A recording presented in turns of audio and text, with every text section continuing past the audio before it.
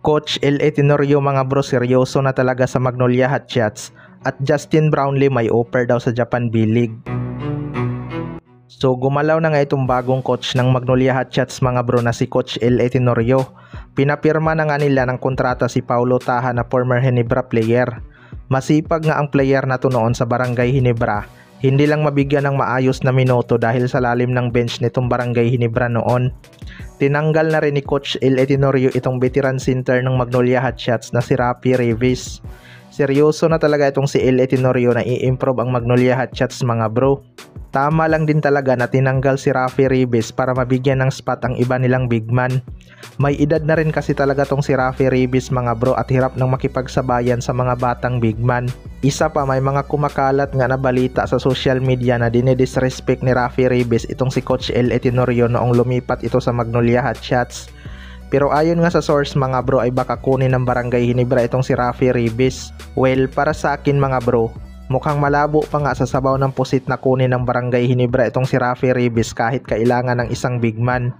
Tumatanda na nga itong core ng Barangay Ginebra kaya kung kukuha man sila ng big man, doon na sila sa mas bata at mapapakinabangan nila sa laban para hindi masayang ang spot, 'di ba?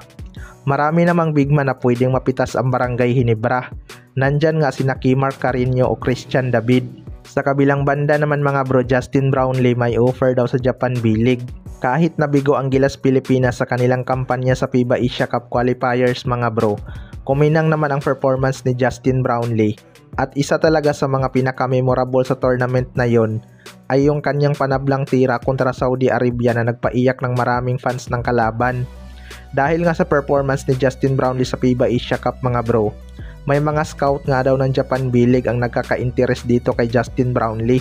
Handa nga daw silang dublehin ang sinasahod nito sa Barangay Ginebra. Well, para sa akin mga bro, kahit pa siguro i-times 10 niya ng Japan B-League, mukhang malabo nilang makukuha ang serbisyo ni Justin Brownlee kapag import-led conference sa ating liga. Noon pa nga sinabi na nito na mas priority niya ang Barangay Ginebra. Pero kung sila mismo ang magtulak kay Justin Brownlee na palaruin doon upang i-grab ang malaking opportunity, baka nga pipirma itong si Justin Brownlee sa Japan B-League, 'di ba?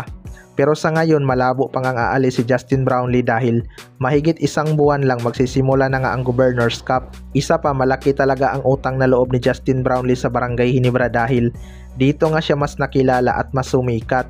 Dahil din kay Coach Tim Con lumabas ang kanyang full potential. Marami na ding excited na makabawi si Justin Brownlee kay Rondy Hollis Jefferson ngayong season. Kayo mga bro, ano masasabi nyo tungkol dito?